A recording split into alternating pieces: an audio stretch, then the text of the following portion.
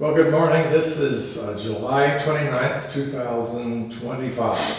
And we're speaking today with Doug Silvey, who is a lifelong resident of the city, except he no longer lives here. He lives now in the Lower Hillsborough area, but he grew up here. This is where he began with the Silvey family. So we'll start by asking Doug, just when were you born, Doug? 1959 in Hillsborough, Oregon. So there was no hospitals around here, so we had to go all the way to Hillsborough for a hospital. Okay. And how many were in your family then? I was the youngest of seven, so there were six, and I was the seventh. So there was 5 girls and 1 boy. I have 1 brother, so I was the youngest of 7. What were their names? Okay, Donna, Barbara, Carolyn, Dave, Jenny, Mary, and Doug. I think that's it. I think that's all of them. Okay. I have it written down. It's quite a gang. Yeah, we had a big family, that's for You have a sure. big house here in Tualatin? Dad built the house back in, after the war. I think Donna told me he started in 46 when they came back from the war. And at that time, of course I wasn't born, they lived in the old Miller's house, which was right across from the grade school. If you go by it, I don't think it's there anymore, but it was a huge old house. And my mom lived there with a couple other families because they lived there during the war. So we lived there while Dad was building the house. So I always lived up in the house off Sagert Street, just about a quarter mile down on the left-hand side on Sagert Street. And what brought them to Tualatin, do you know? Well, I was trying to find that out a little bit. I think my dad's originally from Nebraska, and times were kind of tough back there. And just during the Depression, and my grandpa had a lumber yard back there, and they sold a lot of coal back then, and he was not doing well. So my Uncle Don and my dad, they hopped on a rail and they came out here. And they knew somebody in Portland, so they got off in Portland, and then somehow they came out here to Tualatin. They worked their way out to here, and this is where they kind of settled, and things took off from there. So that was back in, before the war. So it was 40s, 38, 39, something like that. So Dad's been out here a long time. He was out here a long time. And what kind of business was he involved with? Well, he was the Silvey Lumber Company, which was my uncle Don Silvey, who lived up by where the old post office was. And then my dad, Vince Silvey, and then my grandpa Herman, they all started the lumber yard next to where this church was originally at. So it was the church was right next door to each other. And so they started the lumber yard in 46, and it went on all the way, it went all the way into the 70s. They sold it to the Clarks, and the Clarks took it over. And then after that, Dad went to work for Multnomah County as a tax assessor, and then he got ill and passed away. But yeah, it was like I was talking earlier, it was a lot of farm goods, a lot of tractor supplies and shovels and rakes and seed, and they had hay and feed. So it's kind of almost like a feed store too, and a lumber yard. Were you working there as a kid? No, I kind of remember it. I was pretty young. I was maybe 9 or 10, but I remember running through there. It was a really cool building. It's still there. It's I think it's a restaurant now. I'm not sure. But it's still there. It had an upstairs where Uncle Don's family lived for a while, and Grandma Silvey was the bookkeeper. But no, I was a little too young for working there. But I do remember the church. I went to Sunday school at the church at the building in the back that was separate. So yeah, I remember the area very well. You were here when the dog food factory? Oh yeah, I was here for the dog food factory. We could smell it when they started cooking. We lived on Sagert Street, so we lived kind of up the hill. The plot that Fred Myers is on now, it was 90 acres, and we connected to it. So that went all the way up, and it was just a field. It was all the way to the freeway. It was a field.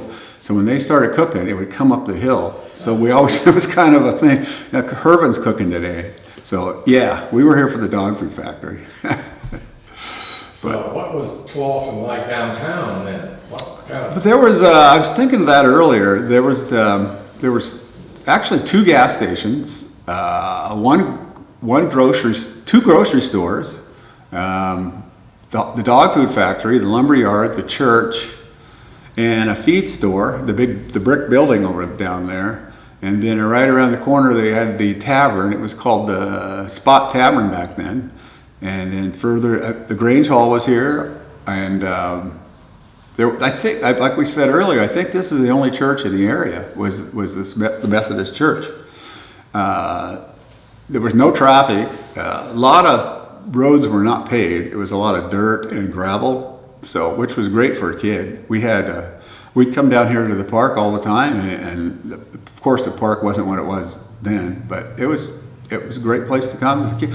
I was just say Tualatin was a fantastic place to grow up. I'm glad I grew up here. I mean, I consider this the country. You know, we lived in the country. So when people ask me I say I grew up in the country. So, you know, I'm kind of sad to see I know things change, but in a way I'm sad to see what it is today with all the traffic and the apartments and the cars, and, you know, it's not the Tualatin I remember. Maybe a stop sign? Yeah, we had a couple stop signs. There was one at the end of our street, Sagert, and there wasn't any coming down the hill. No, there wasn't one till you got to where the tavern is, that you turn right to, I think that's Lower Boone's Ferry. You turn right there, there was a stop sign. And that was about it. It was pretty much you just, whoever showed up first would go. There wasn't a lot of traffic. I mean, if we had 2 cars go by our house in the neighborhood, that's a lot for the day. That was a lot, so. But then that road passed on over the river on a bridge, right? Yeah, that kept going over a bridge, and then eventually it would go into where Durham is and continue on, and you could take a left up there and get on Hall and go to the high school. That's how you went to Tiger High School back then. It'd take you to the high school. Or if you really wanted to be adventurous, you could walk the tracks and take the tracks down to where Cook Park is now and cut over and walk up to the high school. So that was another way to go if you wanted to go too. That's probably not a legal way? No, probably wasn't legal. It was not legal back then. But they did have school buses. And I remember Tualatin was always the last stop. We were always, so you rode that bus for a long time. Was that the Eagle family? Yeah, I believe it was. Yeah. I think it was them. Yeah, that name's very familiar. And there were the buses, yep. Was there an incident on that bridge or off that bridge? Yes, when I was about, I think I was 10 or 11, it was an icy day. I don't remember the exact day. A gal came across the bridge and she went over the railing and into the river, and she was missing, and nobody knew where she was for at least 2 or 3 days till somebody figured it out. And the Tualatin Volunteers Fire Department they found her, and they pulled the car out of there, and there she was in the river. I was pretty young, but that was a huge deal. I mean, they shut everything down, and everybody walked down there to look, you know. Yeah. Stuff like that didn't happen much in Tualatin, so. Were most of the men volunteer firefighters at that time? Yeah, I was talking to my sister Donna, my oldest, the other day, and she said almost all the men were volunteer firefighters. And they'd have to go day or night or whenever it went off, because and the fire station was over. It was near the Grange. Yeah, I was going to say it was right across from the Grange Hall. It was a white building. It was really a cool building, nice building. And my brother tells me, Dave, that the reason they all joined the fire department was when they'd sound the bell, you know, on a Saturday, and all the guys would have to stop what they're doing. They'd go down there, and then they'd all go to the tavern. So there wasn't really any. I don't know if that's true or not, but that's the story my brother told me. That's why they rang the bell. They'd all, I gotta go. And then so the Spot Tavern, I believe, is the country inn. Yeah, it was a Spot Tavern forever, and like I was saying earlier, it was family friendly. My sister Donna was saying how she'd go in there, say mom would say, go get your dad. I mean, he might be in the tavern having a beer, so they'd let him walk in and find dad. And, you know, they'd have lunch, they'd have dinner there. And later on, when I was in my teens, it got kind of taken over by a motorcycle group called the Brothers Speed. And they had a clubhouse just right around the corner here, just up the road. So there must have been, some days there was 30, 40 bikes out there in the front. of the tavern. So you didn't you just kept going. You didn't stop or anything. But I don't remember an incident with them. But they were in town for a long time. Yeah. So yeah. Well, that were the days of the Crawfish Festival? Oh yeah, we had the Crawfish Festival. I remember that from way back. Dad, the lumber company, they usually have a float and they decorate one of the trucks with something. And I remember dressing up as a Dutch boy one time, and my niece would dress up as she was the Miss Tadpole one time, and we'd ride it from the grade school down to the park. You know, and it would be decorated flowers and say Silvey Lumber Company. And I did that, I don't know, 4 or 5 times. But when we were kids growing up, we looked forward to the Crawfish Festival. We'd circle that one on our calendar, my friends and I, and we'd ride our bikes down there. And it was very family friendly. There was a beer tent, I remember, that everybody was like, stay away from that. But it was a lot of fun. I remember it being a lot of fun. In those days, were they catching the crawdads in the No, I'm glad you mentioned that. The Tualatin River in those days was so polluted it smelled. This is before they cleaned it all up. It was thick on the top with just gook. And if you got on a hot day, it would smell. You'd get near it and it would smell. And there was warnings all over the place not to go in or eat anything from the river. So a lot of those crawfish festivals, they got the crawfish from someplace else. It is so nice to see the river the way it is now compared to it was when I was growing up. Like we couldn't swim in it. Well, you could, but I wouldn't want to because the companies were dumping directly into the river. And then they cleaned it up. When they got Hagen's Dam out there in Forest Grove, that started a lot, I believe about the same time. But yeah, it's nice to see what it is now with the birds and the wildlife and everything. It's beautiful down there at the park. So the Silvey family was not only in the lumber business, but another branch was doing the suburban door. Yeah, my brother and my brother Dave and my brother-in-law Lee, who was married to my oldest sister Donna, who's since passed away, and my father Vince started a suburban door company. I was 12 years old, so I'm 44 years ago or so. They started in Multnomah in a shed not much bigger than the church here, and I was their first employee at $1 an hour. And we'd go over there and carry the lumber out and set it outside to dry, because Dad and I would stain it. When they went from there, they moved up to Avery Street in Tualatin, Avery, and they rented a warehouse up there. And just a half of a warehouse, and they hired more people, and they got bigger. They did doors and millwork. That's it, doors and millwork. And then they rented another half of the warehouse, and then pretty soon they were staining and painting wood. And then Lee retired because he said, I'm out of here. And Dave took over the business, and he moved it just down here off of, I'm not sure what the name of the street is. It's not far from here. And at its peak, he had over 100 employees down there. That's Herman Road. Herman Road, that's it. Yeah, I should know that. Southwest Herman. I mean, I worked there for over 20 years. I worked there after college. I worked a few different places, but I worked most of my life down there at Suburban Door working in the office. But yeah, it was a very successful business. And Dave hired a lot. They hired a lot of people in this area who worked at Suburban Door. A lot of people. He hired a lot of my friends who didn't have jobs. He was pretty lenient. I mean, he would hire folks who give him another chance, put it that way. He did that a lot. But there was a lot of people. Don never worked there, but Don, my cousin, he had his own business too called Silco, and he was construction. So he did mainly around Portland and stuff like Portland. He was an engineer and he did construction, but that's my cousin Donnie. Yeah, Don Silvey. Yeah. He's the one who actually refurbished this building, moved it here. Really? To this spot. Yes. I didn't know that. Silco. Silco, yeah. And Silco. then he built around the lake today. Yeah. A lot of that was his company that built those large buildings. Yeah, he's still around. Yeah. Yeah. I know Don did a lot around here. I didn't know he did this. Huh, cool. That's great.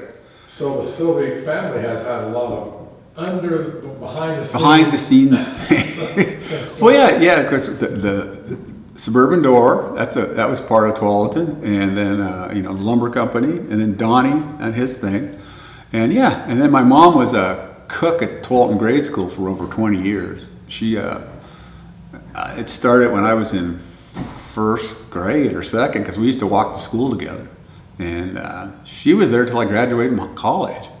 That's when I think she retired. But she was a cook for over 20 plus years down there. That was a great grade school. I mean, it's too bad it's not there. It was a beautiful building. The gym was outrageously great it was an old style gym. It was just like, it had a stage and the wooden floor and baskets. I mean, like I was telling you earlier, we played a lot of basketball, and the janitor knew us as a group of guys, friends, and he'd prop the back door open in the summertime, and he let us come in and play. And then at the end, we just have to kick the door shut and take off. But we'd be in there all day. I can't imagine that happening now. But see, that's why Tualatin was great. That Tualatin, you know. And I was like early teens, you know, maybe 10, 11, 12, 13. Because that's all we did was ride our bikes around Tualatin and play basketball. And, you know, stuff like that. It was a great place to grow up. Was there police around any of those? You know, that's a good question, because I don't remember much of the police. I do remember one incident I had. I don't know if I should bring this up, but I was with a gal parked up by the freeway, where the new freeway, 205 was just coming in. And here comes a police officer pulled in. It was a Washington County guy. And he gets out of the car and he taps on the window, and I'll never forget this. He asked her, says, "Are you here under your own free will?" And she said, "Yes." And then he said, "You guys can stay here as long as you want." He was a Washington County. Of course, we didn't stay there. We left. But that's how they were back then. They didn't, you know, they didn't care. You know, we could have stayed there as long as we wanted. It didn't bother him. But no, I never had any trouble with the police, and I don't know any of my friends having any trouble with the police. In those days, farming was still around? Yes, like I said earlier, on Saget Street, we grew up, next to our house was 90 acres, and the Coach family owned it. Mr. Coach, we used to call him. And his family owned it, and they would farm in there, a lot of wheat, alfalfa, once in a while corn, but mainly alfalfa and wheat. And hay, they'd buck hay. I mean, there's a lot of times they'd be out there bucking hay. When I got older, I tried helping them, but that wasn't for me. I wasn't good at bucking hay. But yeah, no, they always had something growing there till they sold it to whoever, and they built apartments in there. When I was about a sophomore in college or something, I was very sad that day that they sold that field, because there was peacocks in there, pheasants, foxes, coyotes, lots of cats and dogs. I mean, we'd have pheasants come in our yard, you know, just trotting across the yard. And foxes come out. And it wasn't a big deal, you know. So we got to see all that growing up. So I was very, very, very fortunate to see that. You know. Did you have your own garden at that house? Yeah, we had a pretty good sized garden, probably about half the size of this room. It was just, Mom did a little canning, but it was basically just for us. We had a fruit room at the house that Mom had, so she'd can and we'd take it out there and put it in the fruit room. My grandma Silvey, she lived in Multnomah. She canned a lot, so she'd come out here and can. But yeah, I remember canning season at our house. Yeah, we'd pick the berries, like maybe from around here, some of the families that were around here. I don't know if it was the Lees or the Sasakis. Yeah, this might be one of those. We'd go pick them, the kids, and then we'd bring it home, and Mom would help her can the berries. And then there was a big blueberry outfit up in Tualatin. It was, God, I worked there a couple summers. But anyway, Chickadee Blueberries, that was it. And I can't know who owned that, but we did blueberries too. I was a crate boy up there for a couple summers. But yeah, it was a lot of agriculture, you know. Mainly farming and stuff. I can't remember a lot of cows or anything. But the Nyberg family had a farm? Oh yeah, the Nybergs, they had that four-corner, you know, they had four corners. They had the highway, they had I-5, they had one corner, and then across the street, then they had a gas station and another gas station. And Mr. Nyberg's, their house was up here, and then the Ramada Inn was there. There was right where that mall used to be a motel. And it was called the Ramada Inn. And it was Sweetbriar. Yeah, Sweetbriar and the Ramada Inn. Yeah, I worked there. I worked there when I was a kid. And Yeah, the Nybergs were up there. Very nice people. Went to the same church as we did. I'd see him on Sundays, Mr. Nyberg, and I know he was involved in state politics. Yeah. I always thought that was neat that a state representative was going to our church. But yeah, their family. I went to school with Robin. I think her name was her name Robin? No. Ellen? Might be Ellen or something. I went with Robin Lee, one of the Lees. Oh, Robin was one of the boys. Yeah, One of the yeah, Lee family. yeah. The Nybergs, I can't remember anyone my age, but no, they were around, very involved in the community. Yeah. Mr. Nyberg was. He was mayor, I know, for a long time. And your father was active in the church, I believe. Oh yeah, he was a right here. This is really this is really something here. He was a deacon for quite a while. He would give part of the sermon, or I remember we'd sit out here, and of course we had to go. But yeah, he was very active. He'd actually go over and pick up his mother, my grandma, in Portland, and drive her out here for the service on Sundays. And didn't they share a pastor in those days? With Yeah, I was talking to my sister Donna about that. She said they went through a lot of pastors back that day. They went through a lot of people came and went. They didn't stay very long for some reason. Well, they were young, usually. Yeah, and then they probably just cut their teeth here, and then they went someplace else. But no, the church, it was about 3/4 full every Sunday. And then I went to Sunday school afterwards. I had a Sunday school. And the church would have picnics and, can drives and things like that. I remember and it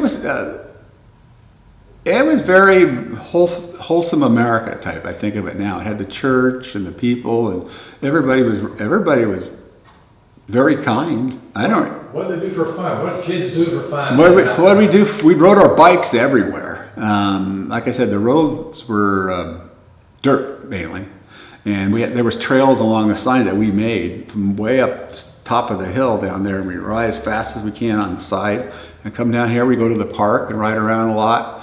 We go to the grocery stores and spend our pennies or our quarters or dimes. That was almost every day in the summer, and like I said, we played a lot of basketball at the school or outside. We did about everything. We didn't really get much any trouble, but we all had pets, animals too. Like I had a dog and we had a cat. And my friends had dogs and cats, and we might go to my friend Jimmy Skoglund. The Skoglunds lived up here. Dave Skoglund, brother, and I were best friends, and they had a basement. So when it was hot, we'd go in his basement and hang out there.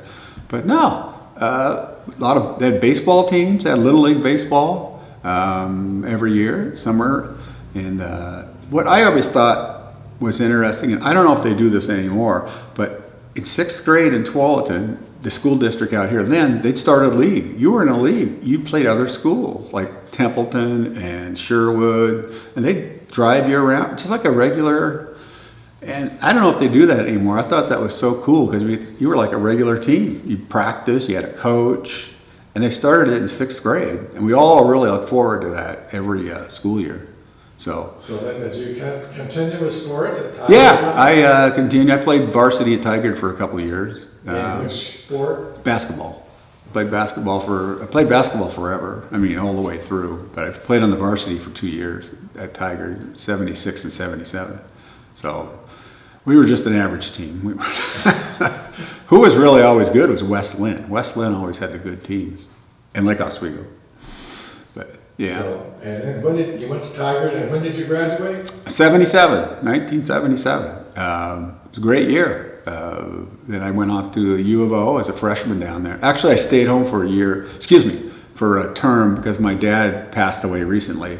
So I didn't want to leave right away. So I stayed home for 3 months and went to Portland Community College. And then I went down to Oregon after that.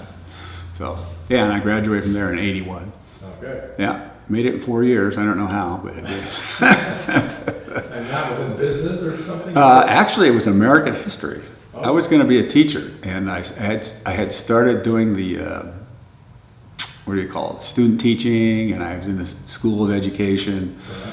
And then something came up with the family, and then myself personally, my grades basically. So I just graduated with a degree in education, and I never went back and got the certification.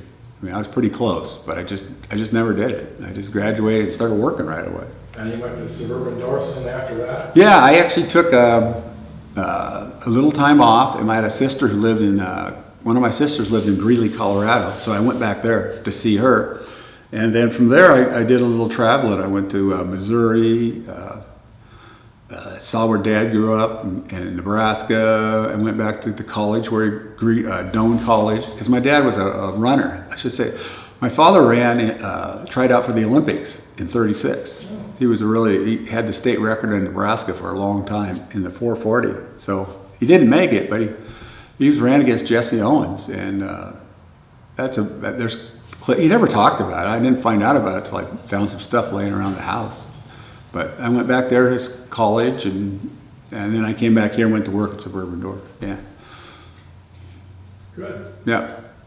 And then you got married? Got married. I've been married to 42 years now to Carol. Her name is Seiler, and she was from, I guess you'd call it Westport. By St. Vincent's up there. That's like West Portland, I guess. She went to Sunset High School. She's a couple of years older than me. She graduated from Gonzaga with her undergrad, and then she got her master's at Oregon State in business administration. And she worked for St. Vincent Hospital for 30 plus years. So yeah, we have 2 kids. Unfortunately, we have 2 kids living. Unfortunately, one of our children passed away after 8 months. But we have Brian, who is just moving back from Seattle. They're going to live on 10th Street in Westland. And then my daughter lives out in, what's it called out there? Heading towards the coast. A small town heading towards the coast. I can't think of the name right now. I'll get it. And it's West Plain area. Yeah. She lives out there, I have 2 grandkids and another one on the way. Great. So, I'm glad they're living. My daughter's is kind of in the country a little bit, but they're building all around her too, just like Tualatin. Just, all the farmland is just houses. So. And there are no more Silveys living in Tualatin? No, my sister Donna, who's in Ohanishin, lives on Bull Mountain, and she's probably the closest one. My son's going to be living in like West Lynn, but there's nobody else in Tualatin that I know of. I'm not sure where Don lives, but I don't think it's Tualatin. But yeah, no. My son's going to have a boy, so there'll be another Silvey. The name carries on. Yeah, it's a good name. It'll carry on. Yeah. That's good. But Tualatin, like I said again, I love growing up here. It was a great town. I mean, it still is good, But for growing up and memories, I have a lot of really good memories here, and I made a lot of really good friends. Well, I know you helped us this year in June for the the 4th grade history day here. Right, yeah. And I know that brought you back a little bit. And did you enjoy that experience? Oh yeah, I did. I did. I was amazed how enthusiastic those kids were about it. They were full of energy. And I was watching some of the other exhibits and other booths, like they were playing games. I mean, they were really involved, and some of them really listened, but some of them were just kids. But I've always wanted to get back in working with the Historical Society for years. I wanted to, and because I'm a history freak really, and I put it off, and I love early Tualatin, and then one day I came in here and saw it, and I go, I got to do something, and then I just joined, and then I saw some opportunities. So I enjoy it. I enjoy it. Right. If I can get back to the city and the history of Tualatin, I think it's great. So you kind of, the wheel turned back to that time when you were thinking you'd be a teacher way back? Yeah. I was at U of O. It was my junior year. I applied for the School of Education. I got accepted. And I started taking the classes, and I was getting ready to student teach at a junior high school in Springfield. And decided it really wasn't for me, to tell you the truth. I had bad experience student teaching. And I was close to graduating anyway, so I just hunkered down and graduated a little early. But the door was always open to go back, but I never did. You know how life is, you move on to other things. So when you were here for the fourth grade program, which is a 2-day experience, we had one school Right. on each day. What was your role that day? We did a booth, we did measurements and how to do acreage and measurements, how the early measurements were done for the farmlands and the communities. Actually, we went way back to how the state was put together, measured like there's a point up here just by not too far from St. Vincent's that Willamette Stone. Willamette Stone, yeah. I actually went to the Willamette Stone and looked at it, took pictures of it.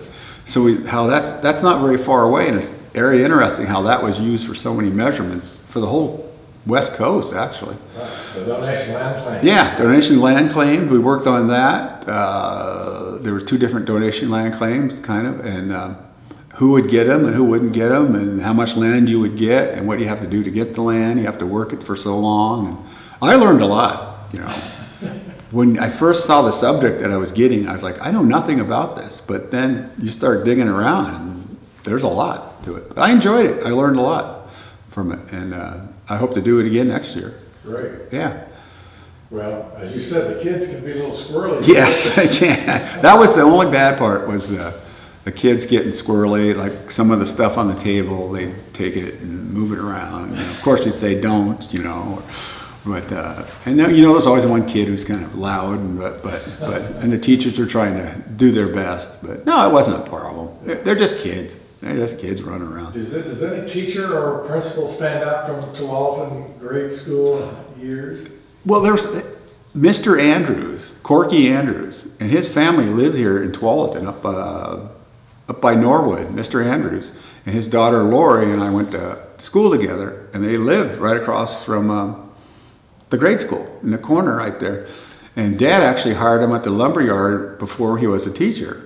And he was a 6th grade teacher, and everybody thought he was so mean and this and that. He was the nicest guy in the world, and he always looked out for you. But you called him Mr. Andrews, and he didn't mess around. And he helped coach a lot of teams. I remember one time he made a threat that nobody was going to be able to play if you couldn't spell these words. So he put these words, and they were long words. So you go home, and I studied my butt off, and then the next day he comes in and goes, "You guys all failed." But we didn't, you know. But he was just making a point, and he did make his point. And he was actually friends with our family too, and I was friends with his daughter. But Mr. Andrews, and then I had Mr. Schattenberg at the high school. He was a Vietnam vet, and he was actually he walked a little with a limp because of his wounds, but he was my JV coach, and he was there when my dad was dying. At the time my dad had cancer, and I didn't have a lot of rides home, but he'd give me rides home, and if I had to miss a practice for some reason, he'd let me do that. And he was hardcore as a Marine, but he was very he was very in tune with what was going on, and I missed him. He was a great coach, yeah, much better than my varsity coach, but he was a good coach. So those people made real impressions on me from the high school, and Mr. Andrews up at the grade school. Yeah, their whole family was Corky, and then I think his son. I don't know if he still owns it. He has a big distributing a topsoil and soil up there in Norwood. Big business up there that they package that up and sell it at different. Oh, I think that's ProGrow. ProGrow, yeah, that's his son. Yeah. I think Corky helped start that thing. He did. Yeah, he started it and built a lot of the equipment. Right. And so I remember that. In fact, I kind of think we stopped by there when they were first getting going. Yeah, ProGrow. And then he had a service station. Right? Yeah. The Andrews had the service station down here. Right. Yeah. And then, of course, the Hannigans had the service station down here on Boone's forever. There was Rick, and then his dad. His dad was first, and then Rick, and then they had various other people, but they were all within the family. But they were there forever. Yeah. And then there was a Shell station. And I remember my dad would go back and forth because he didn't want to favoritism, so he'd go to the Shell for something, and then he'd go to the Hannigans for something. Is that Bonk?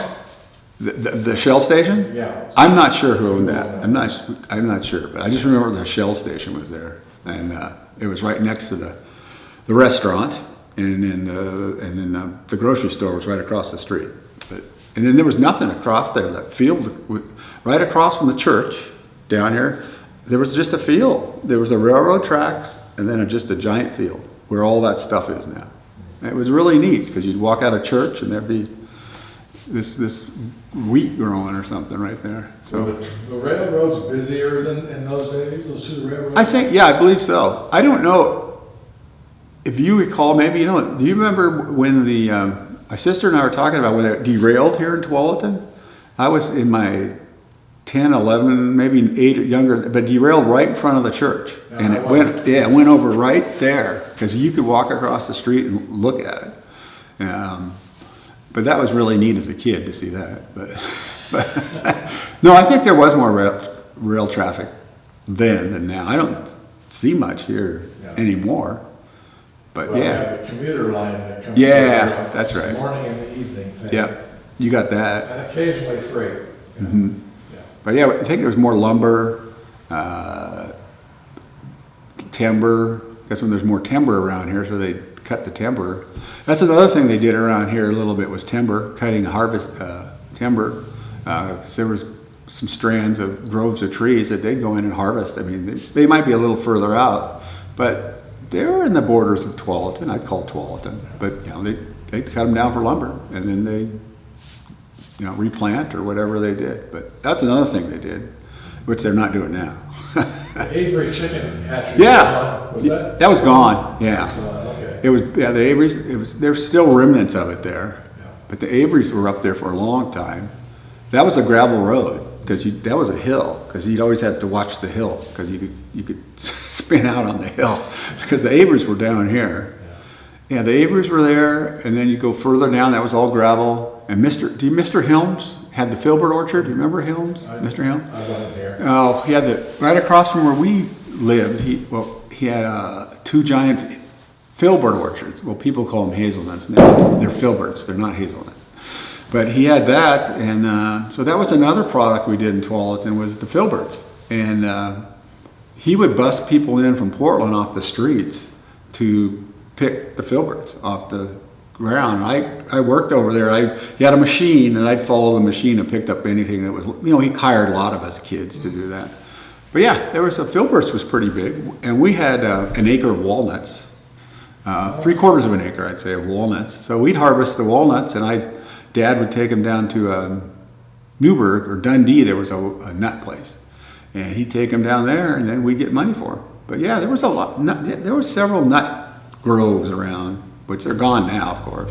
So your hands got stained. Yeah, yes, oh yeah. I'd put a stand out front down on Boone's Ferry for walnuts for sale, and people would always stop. Yeah, we sold them. But yeah, stained. Oh yeah, they get stained, and they have that. Yeah, it was yeah. How about the golf course? Oh yes. The relationship with the community, okay? Yeah, well, you know, I'm glad you brought that up. Long as I can remember, the golf course was there. Of course, we caddied too. That's another thing. All us kids would caddy, especially on Saturdays. Fridays and Saturdays, we'd ride our bikes down there, and there'd be maybe 10 of us, and they'd take a list, and they'd call off your name if somebody needed a caddy. And so we would caddy. We'd get $5 for 18 holes, and then maybe a tip. But yeah, as far as I know, the golf, and then they had Caddies Day where they actually let us go swimming in the pools and stuff. Yeah, there was just the golf course was always there, you know. And I had friends work on the taking care of the greens and doing the mowers. Yeah. But yeah, that was hotty toddy though. The golf course, that was like, you know, if you were down at the golf course, that was a big deal. Yeah. So, but yeah, it always was there. Yeah, there was weddings there and receptions and all sorts of stuff. Well, are there some other things, Doug, that you'd like to share today? Some stories from the... Well, I'm trying to think of, you know, like I said, there was a lot of just, Tualatin was real hometown, and the people got along. The doors were always open. And I always thought that was a cliche, but no, it was true. If you needed a place to spend the night because they were having trouble at home or something, you could go to somebody's house. I mean, I had one friend, his father would occasionally get a little rough with him, and he'd come over to our house, you know. So the that's what always and to me, I thought that's the way it always was and always was going to be. And that was Tualatin to me, was the camaraderie and the citizens and the people and the city. And it was beautiful. It was beautiful out here then. I was very fortunate to grow up out here in Tualatin, and I know that. So I really appreciate it. It helped mold me for what I have a real appreciation for the country now and outside. And I love camping and hiking, and it's due to this, I think. So, yeah, and I'm enjoying what I'm doing here at the Historical Society, reliving some of the stuff that we did. But no. Well, we're certainly glad you're involved, and Yeah. we hope we can do more with you, in fact. Sure. Because this is, we need to preserve the stories. Yes. And the objects and the building. Yep, and we do. all of that, and carry on. So I agree.